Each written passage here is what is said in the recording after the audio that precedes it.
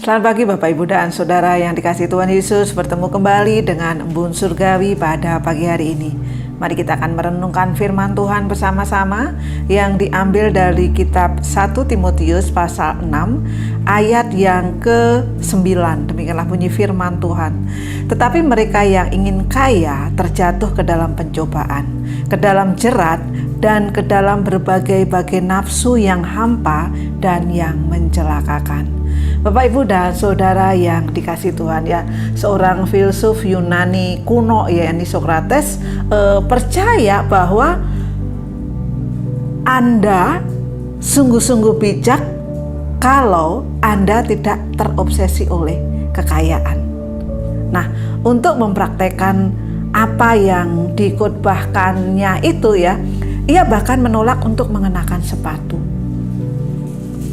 Sokrates mengunjungi pasar, tetapi dia hanya memandangi saja, ya, beraneka ragam pakaian yang dipamerkan yang mungkin sangat menggiurkan bagi sebagian orang. Nah, saat seseorang bertanya kepada dia mengapa demikian, dia terpesona, ya, tetapi tidak melakukan atau membeli sesuatu. Dia menjawab, "Saya suka pergi ke sana dan menyadari betapa saya bahagia meski tidak memiliki hal yang ada di sana." Bapak Ibu dan Saudara yang dikasihi Tuhan, sikap Sokrates ini tentu bertentangan dengan apa yang ada dunia kita pada saat-saat ini. Ketika fashion, ketika kebutuhan-kebutuhan yang lain dipromosikan secara besar-besaran, dan itu berdampak bagi seseorang yang ketika mendapatkan barang itu menjadi kebahagiaan. Mungkin Bapak Ibu pernah mendengar ketika orang harus antri sebelum toko dibuka untuk mendapatkan handphone yang baru yang akan keluar, ya, baru dirilis sudah antrinya luar biasa. Nah, itulah yang terjadi pada saat-saat ini yang bertentangan dengan Sokrates pada waktu itu.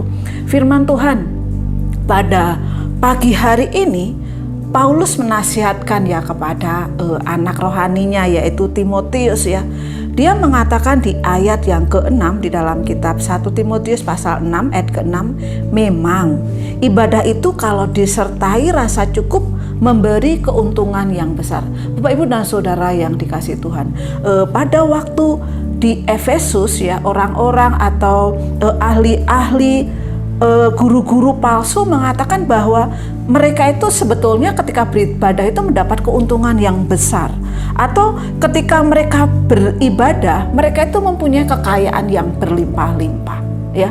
Tetapi firman Tuhan pada pagi hari ini ketika Rasul Paulus menasihatkan kepada anak didiknya yaitu Timotius, dikatakan bahwa asal ada makanan dan pakaian cukup. Ya, kalau kita belajar tentang kebutuhan dasar manusia itu apa sih? Selain makanan, sandang, pangan, papan, cukup. Jadi ketika memerlukan keuangan yang lain atau memerlukan kebutuhan-kebutuhan lain, hendaklah berdoalah. Hendaklah berusahalah.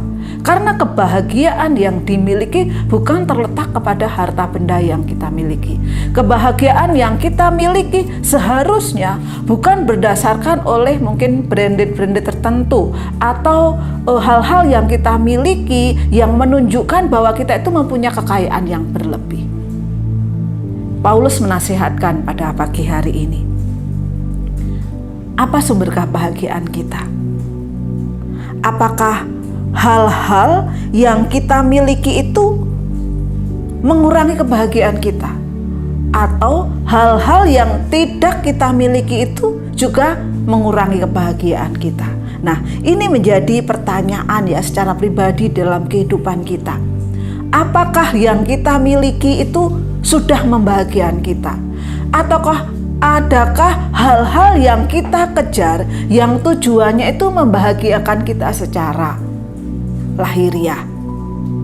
Bapak Ibu dan Saudara yang dikasihi Tuhan, memang ibadah itu kalau disertai rasa cukup memberi keuntungan, ya. Tetapi mereka yang ingin kaya terjatuh ke dalam pencobaan, ke dalam jerat, dan ke dalam berbagai-bagai nafsu yang hampa dan mencelakakan, yang menenggelamkan manusia ke dalam keruntuhan dan kebinasaan. Mari kita mencari kebahagiaan kita di dalam diri Yesus Kristus. Ketika kita terhubung dengan Yesus, ketika kita merasa puas di dalam Yesus, biarlah itu menjadi kebahagiaan kita. Dan sepanjang tahun yang akan kita lewati ini, kita mempunyai tahun yang penuh kebahagiaan karena sumbernya adalah Tuhan Yesus Kristus yang menjadi dasar kebahagiaan kita. Selamat pagi, Tuhan Yesus memberkati.